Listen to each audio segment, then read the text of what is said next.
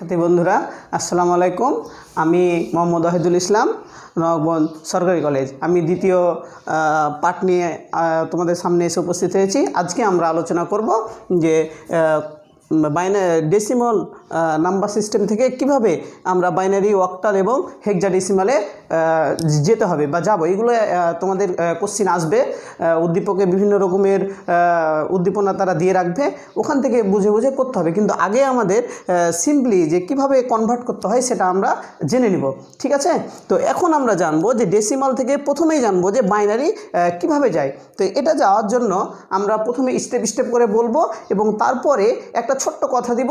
তো এই ছোট্ট কথার মাঝে তুমি এই তিনটা বা তোমরা সকলেই এই তিনটা ম্যাথমেটিক্স সমাধান করতে পারবে। তো যাই হোক, আমরা প্রথমেই ডেসিমাল থেকে বাইনারি যাই।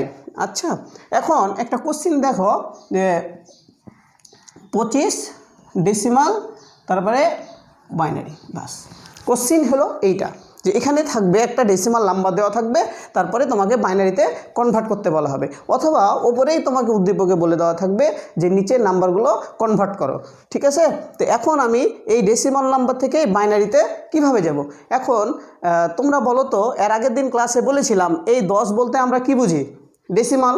আবার এই 2 বলতে আমরা কি বুঝি? বাইনারি। তার মানে আমি বুঝতেই পারছি সংখ্যাটা হচ্ছে একটা ডেসিমাল নাম্বার এবং এই সংখ্যাটি হচ্ছে একটি কি বাইনারি। তার মানে আমাকে এই বাইনারিতে যেতে হবে। এই যাওয়ার জন্য আমাদের একটা পথ অবলম্বন করতে হবে। সেটা হচ্ছে যে সংখ্যাটা দেওয়া থাকবে এই সংখ্যাটাকে নিবা, নেওয়ার পর আমার যে উত্তরে যে বেজটা থাকবে সে বেজ দিয়ে তুমি ভাগ দিবা, ঠিক আছে? অর্থাৎ আমরা ছোটোতে যে লসাগু করতাম ঠিক আমরা লসাগু করব। তো কিভাবে? তাহলে বেজ 2। আচ্ছা, তাহলে এখন এইটাকে যদি আমি ভাগ দিই তাহলে কত দিয়ে ভাগ যায়? তাহলে 2 দিয়ে যদি ভাগ দিই তাহলে 12 দুগুণী 24। তাহলে হাতে কত থাকে? 1। তাহলে অবশিষ্টগুলো তুমি একটা দাগ দিয়ে রেখে দিবা, এরপরে আবার ভাগ দিবা, তাহলে আবার কি হবে? তাহলে 6 দুগুণী 12। তাহলে এবার কি ভাগশেষ আছে? ভাগশেষ নেই, তখন কি হবে? 0। এরপরে একই রকমভাবে তুমি ভাগ চালাতে থাকবা, আবার 2 দিয়ে ভাগ দিলাম, তারপরে কি হবে? 3 দুগুণী 6, ভাগশেষ নেই, তার জন্য কি দিব? 0 দিলাম। ওকে, এরপর আবার ভাগ দিতে হবে যে তাহলে 2 একে 2, তাহলে এবার একটি ভাগশেষ আছে, ভাগশেষ কত? 1। তাহলে 1টা নিবা। এবার দেখো যে আমি যখন ভাগ দিতে আসলাম তখন প্রত্যেকবার এই সংখ্যাগুলো বড় ছিল, কিন্তু এবার দেখো 1 হয়ে গেছে, তার মানে এটা বড় না। তারপরও আবার ভাগ দিতে হবে। ভাগ দেওয়ার পর যখন দেখবা যে এই সংখ্যাটা ছোট হয়ে গেছে, যাকে তুমি ভাগ দিচ্ছ সেই সংখ্যাটা ছোট হয়েছে, তখন তুমি কি করবা? এখানে একটা 0 নিবা এবং এই মাথার যে সংখ্যাটা আছে এখানে তুমি এখানে পাঠিয়ে দিবা। ওকে, তোমার কাজ শেষ। এখন তুমি করবা, আমরা ঠিক নাম্বারগুলো এইভাবে নিব, ঠিক আছে? আচ্ছা, তার মানে হচ্ছে এইটাকে, এই বিটটাকে বলি আমরা MSB এবং এই সংখ্যাটাকে বলি আমরা LSB। ওকে, এখন তাহলে MSB কি আর LSB কি এটা আমাদের জানতে হবে। তাহলে MSB হচ্ছে মোস্ট সিগনিফিক্যান্ট বিট, মানে এই বিটটা সবচেয়ে গুরুত্বপূর্ণ অঙ্ক, ঠিক আছে? এটা তাহলে কি গুরুত্বপূর্ণগুলো আগে আগে যেতে যেতে এটা তাহলে লো গুরুত্বপূর্ণ, এটাই বুঝতে পারছি। তার মানে লিস্ট, ঠিক আছে, লিস্ট সিগনিফিক্যান্ট বিট। ওকে, এখন আমরা কিভাবে উত্তর হয়? তাহলে দেখো আমার যে সংখ্যাটা ছিল আমি সংখ্যাটা লিখলাম, লিখার পরে নিচ দিক থেকে তাহলে প্রথমে 1 আছে 1 দিলাম, এরপরে কত আছে? 1 আছে 1 দিলাম, তারপরে 0, তারপরে 0, তারপরে 1, বাস। এই হলো আমাদের উত্তর, ঠিক আছে? তাহলে এখন তোমরা এভাবে সকল অঙ্কগুলো করতে পারবে না। যে যদি এরকম কোনো অঙ্ক দেওয়া থাকে যে একটা সংখ্যা দেওয়া আছে ডেসিমালে, তোমাকে যদি বাইনারি করতে বলা হয় তাহলে তুমি কি করবা? উত্তরে যে বেসটা থাকবে, অর্থাৎ এখানে যে বেসটা থাকবে নিজ নিজ বেস দ্বারা ভাগ করতে হবে। তাহলে ভাগ আমি 2 দিয়ে করতে করতে যতগুলো থাকবে এগুলো বসাতে হবে। এখন অনেকের কোশ্চেন হতে পারে এগুলো কখন 0 কখন 1 হবে।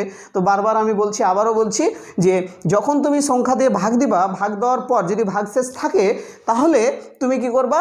যে ভাগশেষটা থাকবে সেটা বসাতে হবে, আর যদি না থাকে তাহলে 0 দিবা। এরপরে আমি আর একটা কোশ্চেনে আসি। এখন তাহলে আমরা একটা সিম্পল অঙ্ক করলাম, তারপরে এবার আমরা যেটা করব সেটা হচ্ছে দশমিকে কিভাবে করব, তাই না? এখন এই অঙ্কটাই ধরে নিলাম যে এই অঙ্কটায় আমার আছে কত? 40, তাই না? তখন আমরা কি করব, তাই না? যখন এই অঙ্কটা এই দশমিক থাকবে তাহলে এটা ডেসিমাল নাম্বার, তখন আমরা কি করব? তাহলে দশমিকের আগ পর্যন্ত যা ছিল আমরা ঠিক এভাবেই করে নিব। ওকে, এভাবেই আমি করে আসলাম। এরপর যে দশমিকের যে সংখ্যাটা থাকবে ওই সংখ্যাটাকে এখানে আমি এই দিকে করি, তাহলে 4, তাহলে আমি প্রত্যেকবার 2 দিয়ে ভাগ দিয়েছিলাম, ঠিক আছে। তাহলে দশমিকের পরেরগুলা বারবার যা দিয়ে ভাগ দিবা তা দিয়ে গুণ করতে হবে। তাহলে আমি কী দিয়ে গুণ করব? 2, তাহলে এটা গুণ করলে কত হবে? 0.80, ওকে। এরপরে আবার যে ভগ্নাংশ অঙ্কগুলো থাকে, অর্থাৎ ভগ্নাংশ যে ভ্যালুটা থাকবে, ভ্যালুকে আবার 2 দিয়ে গুণ করতে হবে। তাহলে আবার 2 দিয়ে গুণ করলাম, তাহলে কি 160, তাহলে এটা আসলো। এরপরে কি হবে? 0.60, মানে বারবার ভগ্নাংশগুলোকে বারবার গুণ করতে হবে, কত দিয়ে? 2 দিয়ে। তাহলে আবার কত হবে? এটা, ঠিক আছে। এরপরে দেখো আবার 20কে যদি আমি 2 দিয়ে গুণ করি তাহলে 0.40, ঠিক আছে। দেখো আমি আগের ভ্যালুটা আবার ঘুরে পেয়ে গেছি। এখন এখানেও থামলে হবে, আরও 2-1 ঘর গেলেও হবে, ঠিক আছে। তো আমাদের কোনো দরকার নেই। তখন আমরা দেখো যখন আমাদের দশমিক ছিল না, তখন আমরা কি করেছিলাম? যে নিচ দিয়ে নিয়ে গেছিলাম, তাই না? আর এখানে যখন আসবে তখন আমরা ভ্যালুগুলো ঠিক এইভাবে নিব। কিন্তু আমরা কোন ভ্যালুগুলো নিব? সেটা তো আমরা নিব দশমিকের পূর্বের ভ্যালুগুলো, অর্থাৎ আমরা এই ভ্যালুটি কাউন্ট করব শুধুমাত্র, ঠিক আছে। মানে দশমিকের পূর্ব ভ্যালুগুলো আমরা সবসময় কাউন্ট করব। তাহলে কিভাবে করব? তাহলে এই 0.40-এর ভ্যালুটা কত হবে? তাহলে হবে 0110, ওকে। তাহলে এটা এখন আমি এই জায়গাতে এসে মানটা যদি আমি বসাই দিই, তাহলে 0.0110, বাস, এই আমার উত্তর শেষ। তাহলে বোঝা গেল যে এমনিগুলো কীভাবে করতে হয়, দশমিকগুলো কী করতে হয়। আমাদের কোশ্চেন হচ্ছে যখন পূর্ণ সংখ্যা থাকবে তখন তো তুমি ভাগ দিবাই, ওকে। এরপর যখন দশমিক সংখ্যা থাকে তখন তুমি তো তাকে ভাগ দিয়ে নিয়েছো, তাহলে পূর্বের সংখ্যাটা ঘুরে তার জন্য গুণ করতে হবে, যে বেজ আছে সে বেজ দিয়ে তুমি গুণ করবা, ঠিক আছে। এখন অনেকের কোশ্চেনেতে এই ঘর কত দূর যাবে, তাই না?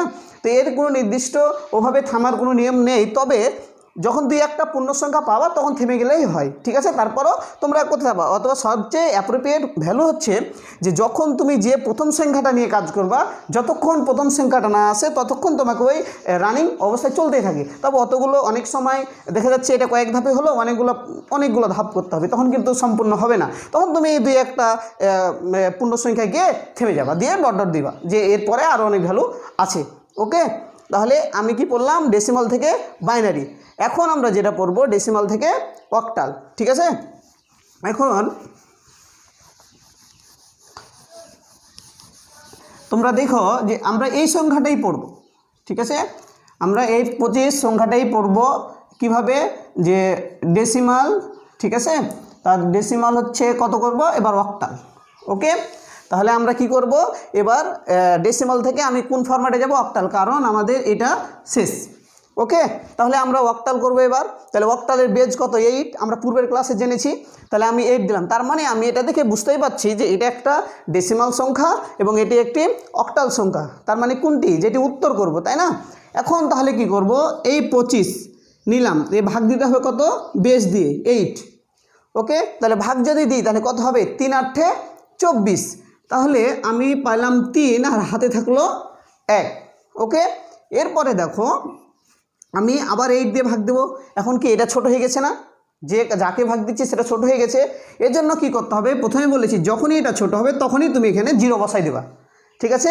এরপরে এই ভ্যালুটাকে শেষে এসে বসাই দেবা, ওকে। তাহলে আমার তার কোনো সংখ্যা নেই, আছে কি? আর নাই। তখন আমাদের উত্তরটা হবে ঠিক এরকম। কিভাবে? দেখো আমরা যদি নেই তাহলে আমাদের 25 সংখ্যা থাকলো, তাহলে উত্তরটা আমাদের কত হবে? তাহলে নিচ থেকে এইটা, তাহলে দেখো 25 যখন ডেসিমাল একটা 25 সংখ্যা, তখন এটা অক্টাল হয়ে যাচ্ছে কত?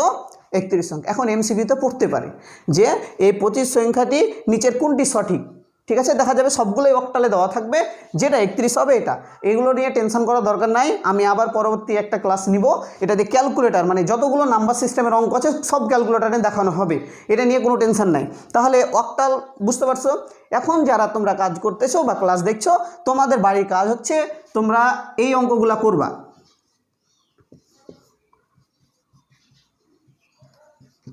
ঠিক আছে।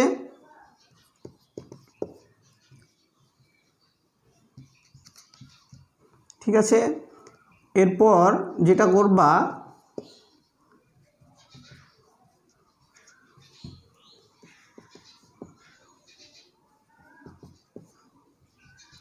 বাস তোমরা এই অঙ্কগুলো করবা। যদি করতে না পারো কমেন্টে জানাবা, আমি আবার পরে এগুলো রিপ্লাই করে দিব। ওকে, এরপরে তাহলে দশমিকেরগুলো কী করবা? ওই যে আমি প্রথমেই দেখালাম 2 দিয়ে গুণ করে, এবার তোমরা কত দিয়ে গুণ করবা? 8 দিয়ে গুণ করবা। ঠিক আছে, একই রকমভাবে চলতে থাকবে। যদি বুঝতে না পারো আমাকে আবার মানে কমেন্টে জানাবা, আমি অবশ্যই তোমাদের এটা সলভ করে দেবো। ওই যে আগে যেভাবে 2 দিয়ে গুণ করেছিলাম, এবার কত দিয়ে গুণ করবা? 8 দিয়ে গুণ করবা। ওকে, এরপরে যে টপিকটা আমরা পড়বো সেটা হচ্ছে কি হেক্সাডেসিমাল। ওকে, এখন আমি আবার ওই সংখ্যাটাই পড়ি, ছোট একটা সংখ্যা নিই, কি 35। ওকে, আমি সংখ্যাটা নিলাম 35, কিসে আছে? ডেসিমালে। আমার উত্তর করতে হবে কত? হেক্সাতে। ওকে, এখন আমি প্রথমেই কি করতে হবে? তাহলে আমাকে এই 16 দিয়ে ভাগ দিতে হবে, কারণ এখানে বেজ কত আছে?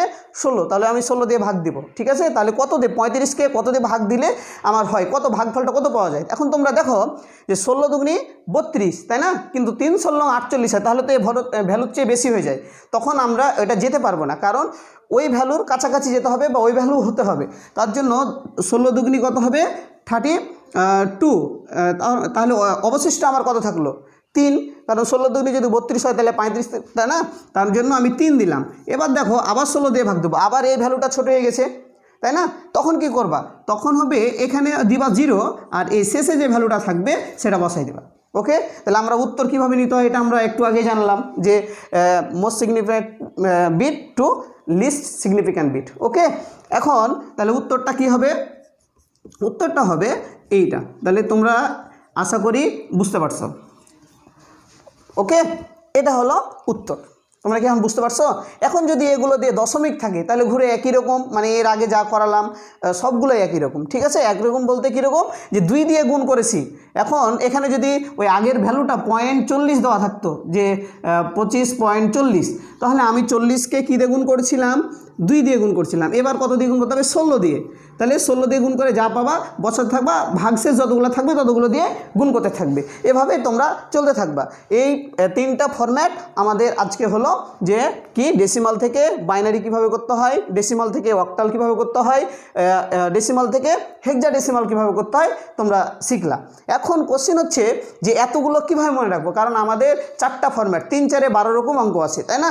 তো এতগুলো মনে রাখার দরকার নেই, মাত্র 2টি কথা মনে রাখলে সব অঙ্ক হবে, কোনো টেনশন নাই। এখন ডেসিমাল থেকে তুমি যে ফরম্যাটই যাও, বললাম কি ডেসিমাল থেকে তুমি যে ফরম্যাটই যাবা কিচ্ছু করতে হবে না।